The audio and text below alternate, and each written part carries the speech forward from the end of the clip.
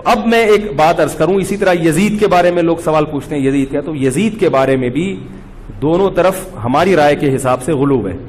یزید کے دور میں حضرت حسین کا قتل یقیناً ہوا ہے، مگر کسی ایک مستند روایت سے یہ ثابت نہیں کہ یزید نے حکم دیا تھا حضرت حسین کو قتل کرنے کا، یہ کہیں بھی روایت میں ثابت نہیں آ رہی میرا خیال ہے۔ کوفہ کے گورنر کے حکم سے قتل ضرور ہوا ہے، لیکن کیا یزید نے اس کا آرڈر دیا تھا؟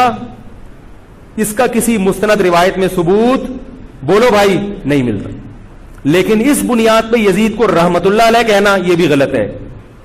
ٹھیک ہے، یزید کے بارے میں کسی مستند روایت سے نہیں ملتا کہ اس نے قتل کا حکم دیا تھا یا قتل کروایا تھا، لیکن قتل ہونے کے بعد یزید نے اس گورنر کے خلاف ایکشن نہیں لیا۔ حضرت عثمان کے قاتلوں کے بارے میں تو یہ تھا کہ ان کو لٹکایا جائے، حضرت حسین کے قاتلوں کو کیوں نہیں لٹکایا؟ نہیں یاری بات سمجھ۔ تو یہ جرم بھی ہے کہ حکومت، ممکن ہے یزید کہہ سکتا ہو کہ میرے بس میں نہیں ہے،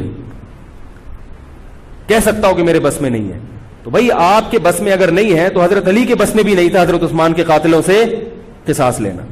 تو اس لیے یزید کو بالکل معصوم قرار دینا یہ بھی غلط ہے، وہ مجرم تھا، لیکن اس کو اتنا لعنتی قرار دے دینا کہ گویا حضرت حسین کو اس نے قتل کرایا تھا، اس کا بھی کسی تاریخی مستند روایت سے ثبوت نہیں ملتا۔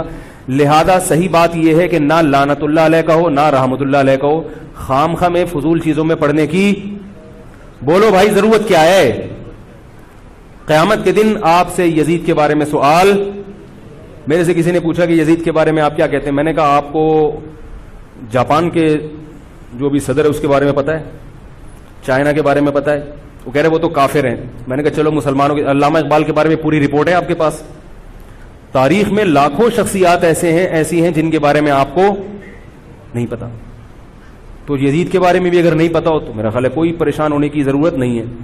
تو یہ کربلا ایک واقعہ تھا، ایک اسلامی تاریخ میں ایک بدترین واقعہ رونما ہوا اور یہ واقعہ ختم ہو گیا۔ ہمیں جو قرآن اور سنت نے جس بات کا حکم دیا ہے ہمیں وہ کرنا ہے۔ ویڈیو کے نیچے سبسکرائب کے بٹن پہ کلک کریں، بیل کے آئیکن پہ کلک کیجئے تاکہ ہر نئی ویڈیو کی نوٹیفیکیشن آپ کو